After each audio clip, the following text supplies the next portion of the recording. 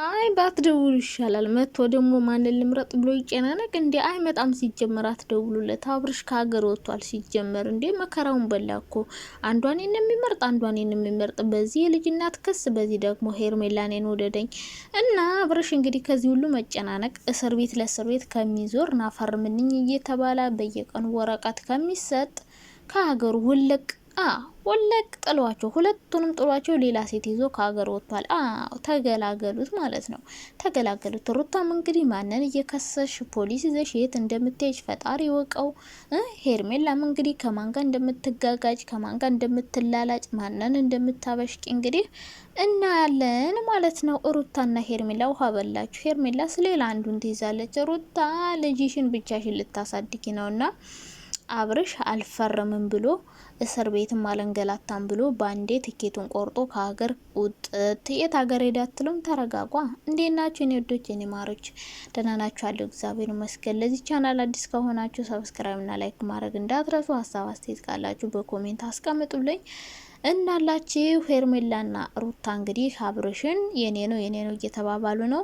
ሩታን ሄርሜላ ከህይወታችን ውጪ ከአብርሽ ጋር በደስታ እንኖርበት እያለች ነው። ሩታ ደግሞ እንዴት ወጣለው? ልጅ ወልጅለታለሁ፣ ሀብት ንብረቴን ያካፍለኝና ልጄን እያሳደግኩ እኖራለሁ፣ እሱን እንደፈለግሽ ማድረግ ትችያለሽ ትላለች ሩታ። አብርሽ ደግሞ ሀብት ንብረቴን አካፍለኝ ተብሎ ሲከሰስ አላካፍልም፣ አልፈርምም፣ ልጅሽን ያዝ፣ ዩቲዩብ ከፍቼልሻለሁ፣ ዩቲዩብ እየሸቀልሽ አሳድጊ፣ እኔ ደግሞ ከሌላ ሴት ጋር እጋጋጣለሁ ይላል ማለት ነው።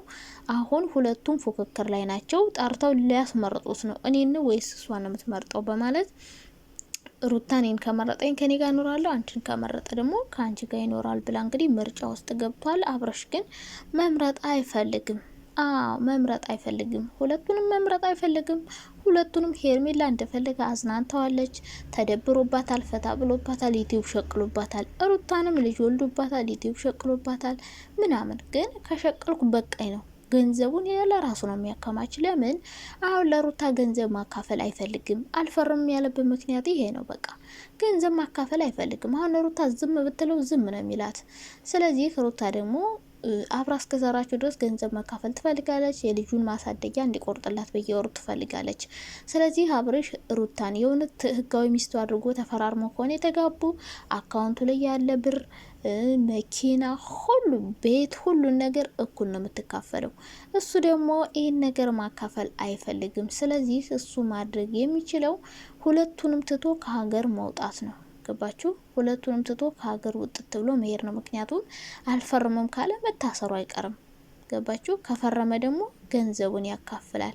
እሱ ደግሞ ገንዘቡን ማካፈል አይፈልግም። ሸቅሏል። በቃ የራሱ አድርጎ መኖር ነው የሚፈልገውና አሁን ላይ ሩታ ክሱን እንትን እያለች ነው። ግን አብርሽ መፈረም ያልፈለገበት ምክንያት በቃ ገንዘብ ማካፈል አይፈልግም። ገባቸው አይደለ? ብልጥ ከሆናቸው አሁን ዘመን ወንዶች ከናንተ ጥቅማ ጥቅም ያገኛሉ፣ ግን ደግሞ የሚያስፈልጋችሁን ነገር አያደርጉላችሁም። ሩታ ደግሞ ግዴታው ነው። አብርሽን አልፈልገውም እያለች ነው። ያው እልክ ይዟት ነው። ግን ሩታ ማለት የሚገርመኝ ነገር አንዳንዴ አብርሽን አልፈልገውም ትላለች፣ ግን ደግሞ ከሄርሜላ ጋር ስታዩ ትናደዳለች። ከሄርሜላ ጋር ስታዩ ትናደዳለች። ከህይወታችን ውጭ ምናምን ትላለች እና ካልወደድሽው በቃ እሷን ከህይወታችን ውጭ ማለት አያስፈልግሽም። በቃ ከፈረመደሽ ገንዘብሽን ተካፍለሽ ልጅሽን ማሳደግ ከሌላ ሰው ጋር ላይፍሽን መቀጠል ነው ብዬ ነው ማስበው። አብርሽ አሁንም ቢሆን ሄርሜላን ትቶ ሌላ ሴት ጋር መሄዱ አይቀርም። አሁን ከሀገር ቢወጣም ከሌላ ሴት ጋር ዛሄዱ ደግሞ ይሰራል ማለት ነው። ስለዚህ ይሄ ልጅ ከሴት ጋር መምጣቱን ስለማያቆም ከዚህ ልጅ ህይወት ውልቅ ብትይ ጥሩ ነው ብዬ ነው ማስበው።